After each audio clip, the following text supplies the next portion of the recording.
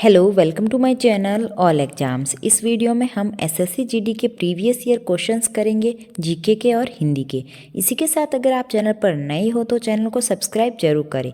देखते हैं पहला प्रश्न।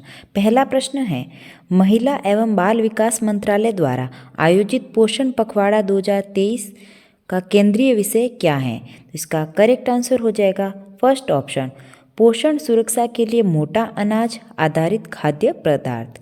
तो फर्स्ट ऑप्शन हमारा करेक्ट आंसर हो जाएगा। अगला प्रश्न है, कर्नाटक की किस नृत्य शैली में पुरुषों के गले में बड़े ढोल लटकाए जाते हैं और ये अपने धार्मिक और युद्ध उत्साह के लिए जाना जाता है? तो इसका करेक्ट आंसर हो जाएगा फर्स्ट ऑप्शन, डोलू कुनिठा। फर्स्ट ऑप्शन इसका करेक्ट आंसर हो जाएगा। इसी के साथ देखते हैं कर्नाटक के अन्य नृत्य, यक्षगान, डोलू कुनिता, करगा, वीरगासे, बोलाग, सुगी कुनिता, इन सब का संबंध हो जाएगा कर्नाटक राज्य से। डांडिया का संबंध हो जाएगा गुजरात राज्य से। कुंभी तमिलनाडु में किया जाता है और घोड़े मोदनी का संबंध हो जाएगा गोवा राज्य से। अगला प्रश्न देखते हैं, भारत की 2011 की जनगणना के अनुसार निम्नलिखित में से किस भारतीय राज्य में लिंगानुपात भारत के संयुक्त लिंगानुपात से कम है? असम, उत्तराखंड, गुजरात, झारखंड। तो इसका करेक्ट आंसर हो जाएगा थर्ड ऑप्शन, गुजरात राज्य का। थर्ड ऑप्शन इसका करेक्ट आंसर हो जाएगा। अगला प्रश्न है, डॉबेराइनर के त्रिकोण में कितने त्रिकोण का उल्लेख किया गया था? तो इसका करेक्ट आंसर हो जाएगा फोर्थ ऑप्शन, 4। अगला प्रश्न है, 2011 की भारतीय जनगणना के अनुसार दिए गए विकल्पों में से भारत का सबसे कम साक्षर राज्य कौन सा है? 2011 की जनगणना के अनुसार सबसे कम साक्षर राज्य हो जाएगा बिहार। फर्स्ट ऑप्शन हमारा करेक्ट आंसर हो जाएगा बिहार। 2011 की जनगणना के अनुसार भारत का कुल साक्षरता दर हो जाएगा 74.04% और अलग देखा जाए तो पुरुषों का हो जाएगा 82.14% और महिलाओं का हो जाएगा 65.46%। अगला प्रश्न है, पूंजीगत प्राप्तियों के संबंध में निम्नलिखित कथनों को पढ़िए। पहला कथन है, सरकार की वे सभी प्राप्तियां जो देयता पैदा करती हैं या वित्तीय परिसंपत्तियों को कम करती हैं पूंजीगत प्राप्तियां कहलाती है। दूसरा कथन है, पूंजीगत प्राप्तियों की मुख्य मंदे सरकार द्वारा जनता के लिए ऋण उन्हें बाजार ऋण ग्रहण कहा जाता है और सरकार द्वारा रिजर्व बैंक, व्यावसायिक बैंकों और अन्य वित्तीय संस्थाओं से राजकोष बिलों की बिक्री के माध्यम से लिया गया ऋण, विदेशी सरकारों और अंतर्राष्ट्रीय संगठनों से प्राप्त ऋण और केंद्र सरकार द्वारा दिए गए ऋणों की वसूली है। सही कथन की पहचान करिए। तो कथन ए और कथन बी दोनों ही करेक्ट है, तो हमारा करेक्ट आंसर हो जाएगा third option, A and B दोनों। अगला प्रश्न है, गिद्दा नृत्य का संबंध मुख्य रूप से किस राज्य से है? बिहार, पंजाब, गुजरात, पश्चिम बंगाल। गिद्दा नृत्य का संबंध हो जाएगा पंजाब राज्य से। सेकेंड ऑप्शन हमारा करेक्ट आंसर हो जाएगा। गिद्दा, भांगड़ा, इन सब का संबंध हो जाएगा पंजाब से और पंजाब का मार्शल आर्ट हो जाएगा गतका। इसी के साथ देखते हैं बिहार के प्रमुख लोक नृत्य। बिहार में हो जाएगा जटा जटिन, कर्मा, बखो बखीन, विदेशिया। और अब देखते हैं गुजरात राज्य के। गुजरात में हो जाएगा गरबा, डांडिया, भवई, टिप्पणी, इन सब का संबंध हो जाएगा गुजरात राज्य से। अब देखते हैं पश्चिम बंगाल। पश्चिम बंगाल में गंभीरा, कीर्तन, अलकम, वीरता, बाउल, धनुची, इन सब का संबंध हो जाएगा पश्चिम बंगाल राज्य से। अगला प्रश्न देखते हैं, निम्नलिखित में से किसे भारतीय पुनर्जागरण के जनक के रूप में जाना जाता है और उन्होंने बंगाल पुनर्जागरण आंदोलन में महत्वपूर्ण भूमिका निभाई थी? तो इसका करेक्ट आंसर हो जाएगा फर्स्ट ऑप्शन, राजा राम मोहन राय। फर्स्ट ऑप्शन इसका करेक्ट आंसर हो जाएगा। राजा राम मोहन रॉय के बारे में अन्य पॉइंट भी ध्यान में रख सकते हैं। इन्हें आधुनिक भारत का निर्माता और भारतीय पुनर्जागरण का जनक कहा जाता है और राजा राम मोहन राय को राजा की उपाधि दी थी अकबर सेकेंड ने। और 1828 के अंदर राजा राम मोहन राय ने ब्रह्म समाज की स्थापना भी की थी, तो ये पॉइंट भी ध्यान में रखना है। ईश्वर चंद्र विद्यासागर, इनसे पॉइंट ध्यान में रख सकते हैं। 1856 के अंदर विधवा पुनर्विवाह अधिनियम लागू करवाया था। अगला प्रश्न देखते हैं, निम्नलिखित में से किस प्रतिष्ठित भारतीय शास्त्रीय गायक, जिन्हें अक्सर मेवाती मैस्ट्रो के नाम से भी जाना जाता है, को ख्याल गायन में उनकी महारत और रागों के प्रति उनके अभिनव दृष्टिकोण के लिए पहचाना जाता है? तो इसका करेक्ट आंसर हो जाएगा सेकेंड ऑप्शन, पंडित जसराज। पंडित जसराज इनका करेक्ट आंसर हो जाएगा। बिस्मिल्लाह खान, ये एक शहनाई वादक हैं जिन्हें 2001 में भारत रत्न से सम्मानित किया गया था। हरिप्रसाद चौरसिया, हरिप्रसाद चौरसिया का संबंध हो जाएगा बांसुरी वादक। और जाकिर हुसैन, इनका संबंध हो जाएगा तबला से। जाकिर हुसैन एक तबला वादक है जिन्हें पद्म विभूषण से सम्मानित किया गया था 2023 में। अगला प्रश्न देखते हैं, निम्नलिखित में से कौन सा भारत में संवैधानिक निकायों का एक उदाहरण है? भारतीय खाद्य निगम, भारत का विधि आयोग, भारत निर्वाचन आयोग, भारतीय मानवाधिकार आयोग। तो इसका करेक्ट आंसर हो जाएगा थर्ड ऑप्शन, भारत निर्वाचन आयोग। भारत निर्वाचन आयोग एक संवैधानिक निकाय का उदाहरण है। अगला प्रश्न है, भारतीय संसद में कौन कौन शामिल हैं? केवल 2 सदन, केवल राष्ट्रपति और प्रधानमंत्री, विधायिका, कार्यपालिका और न्यायपालिका। फोर्थ ऑप्शन है राष्ट्रपति और दोनों सदन। तो इसका करेक्ट आंसर हो जाएगा भारतीय संसद में राष्ट्रपति और दोनों सदन, लोकसभा और राज्यसभा इसमें शामिल हैं। लोकसभा है जो कि संसद का निम्न सदन हो जाएगा और राज्यसभा है जो कि उच्च सदन हो जाएगा। संसद का उल्लेख आर्टिकल 79 में हो जाएगा और राज्यसभा का उल्लेख हो जाएगा आर्टिकल 80 में और लोकसभा का उल्लेख हो जाएगा आर्टिकल 81 में। अगला प्रश्न है, मोमा दास निम्नलिखित में से कौन सा खेल खेलती है? मोमा दास का संबंध हो जाएगा टेबल टेनिस से। थर्ड ऑप्शन हमारा करेक्ट आंसर हो जाएगा टेबल टेनिस। अगला प्रश्न है, हरित क्रांति शब्द 1950 और 1960 के दशक के दौरान मेक्सिको में अंतर्राष्ट्रीय मक्का और गेहूं सुधार केंद्र और किस देश में अंतर्राष्ट्रीय चावल अनुसंधान संस्था में कृषि विशेषज्ञों की एक टीम द्वारा विकसित की गई नई कृषि तकनीकी कहा जाता है? तो इसका करेक्ट आंसर हो जाएगा फिलीपींस में अंतर्राष्ट्रीय चावल अनुसंधान केंद्र। फिलीपींस इसका करेक्ट आंसर हो जाएगा थर्ड ऑप्शन। अगला प्रश्न है, निम्नलिखित में से उस प्रसिद्ध हॉकी खिलाड़ी का नाम बताइए जिसके नाम पर नई दिल्ली में एक स्टेडियम बनाया गया है? तो इसका करेक्ट आंसर हो जाएगा मेजर ध्यानचंद, जिन्हें हॉकी का जादूगर कहा जाता है। फोर्थ ऑप्शन हमारा करेक्ट आंसर हो जाएगा। अगला प्रश्न है, खिलाड़ियों और उनसे संबंधित खेल का निम्नलिखित में से कौन सा युग्म सही है? पहला दे रखा है स्मृति मंदाना हॉकी, तो ये गलत हो जाएगा। दूसरा है ज्योति याराजी क्रिकेट से, तो ये भी गलत हो जाएगा। यानी कि फर्स्ट एंड सेकंड दोनों ही गलत है, ना फर्स्ट और ना ही सेकंड।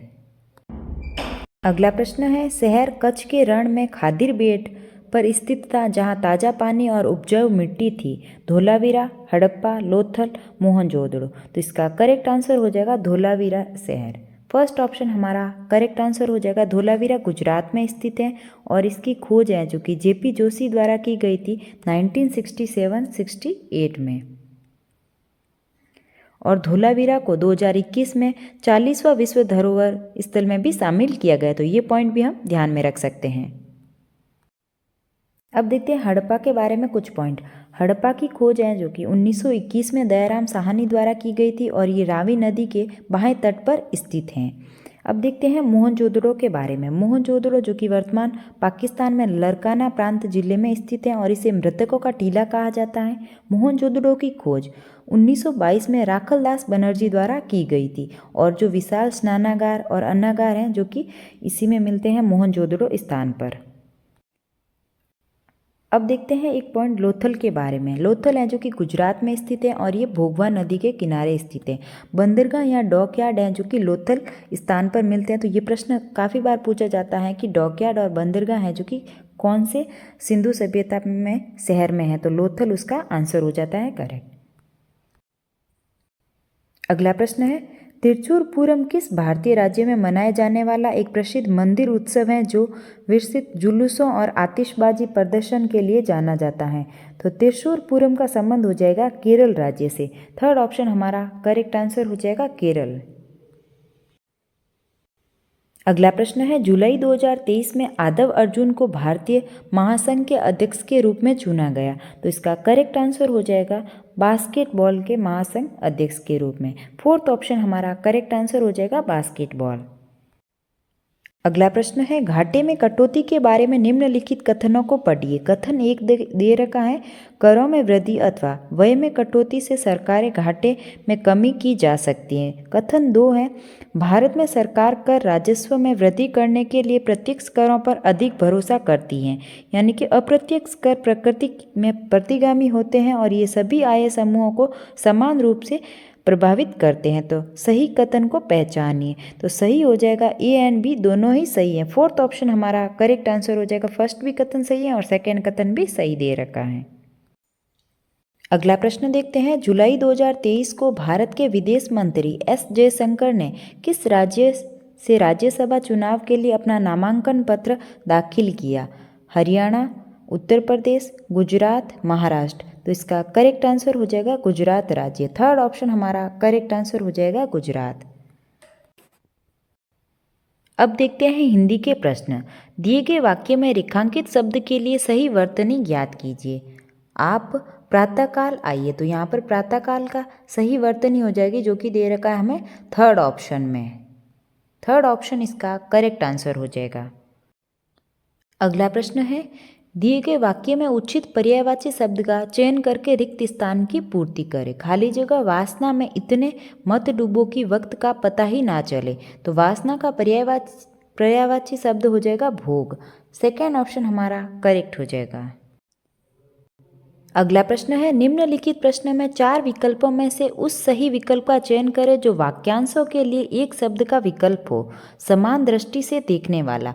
समान दृष्टि से देखने वाले को कहते हैं समदर्शी। थर्ड ऑप्शन हमारा करेक्ट आंसर हो जाएगा। अगला प्रश्न है, दिए गए वाक्य में उचित देशज विदेशज शब्द चयन करके रिक्त स्थान की पूर्ति कीजिए।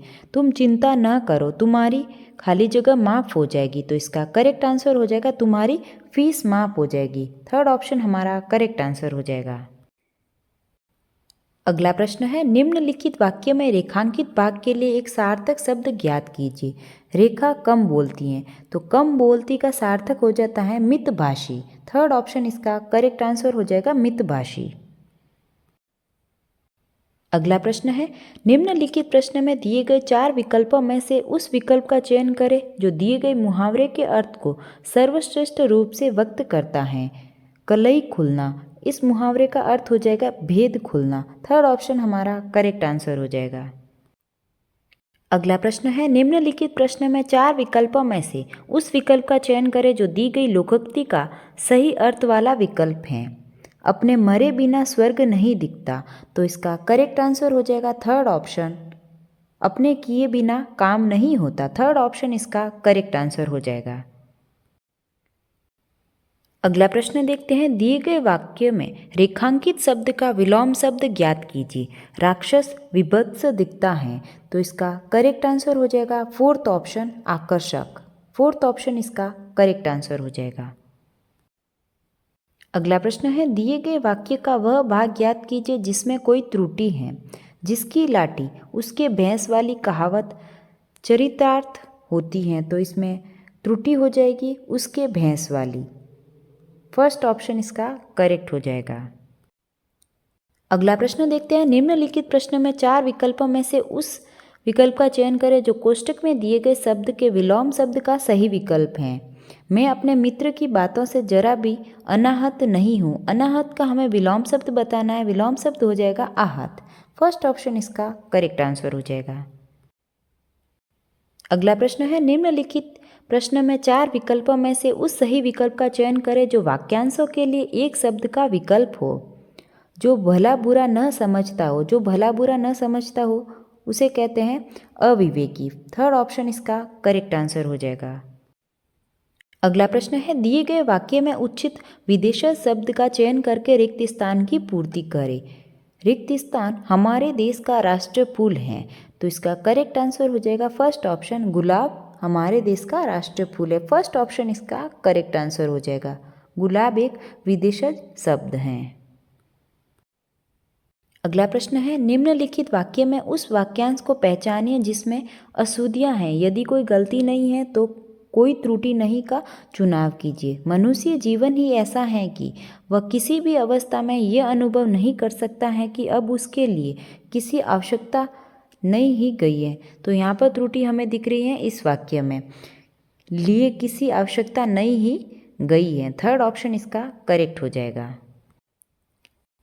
अगला प्रश्न है, दिए गए विकल्पों में से 3 विकल्प त्रुटि युक्त हैं जबकि एक सही है। उस सही विकल्प का चयन करें। तो इसमें सही है, अधिकतर लोग अवकाश पर हैं। देख सकते हैं आप, थर्ड ऑप्शन दे रखा है, एक लोग अवकाश पर हैं, तो यहाँ पर भी त्रुटि दिख रही है हमें। तो हमारा फोर्थ ऑप्शन इसमें करेक्ट आंसर हो जाएगा। अगला प्रश्न है, दिए गए शब्द का पर्यायवाची ज्ञात कीजिए। उपकार का हमें पर्यायवाची शब्द बताना है। उपकार का पर्यायवाची हो जाएगा कल्याण। फर्स्ट ऑप्शन हमारा करेक्ट आंसर हो जाएगा कल्याण। ये थे जीके और हिंदी के जो एसएससी जीडी के प्रीवियस ईयर पेपर में पूछे गए थे। अगर आपको वीडियो अच्छा लगा हो तो लाइक करें और चैनल को सब्सक्राइब करें। Thank you.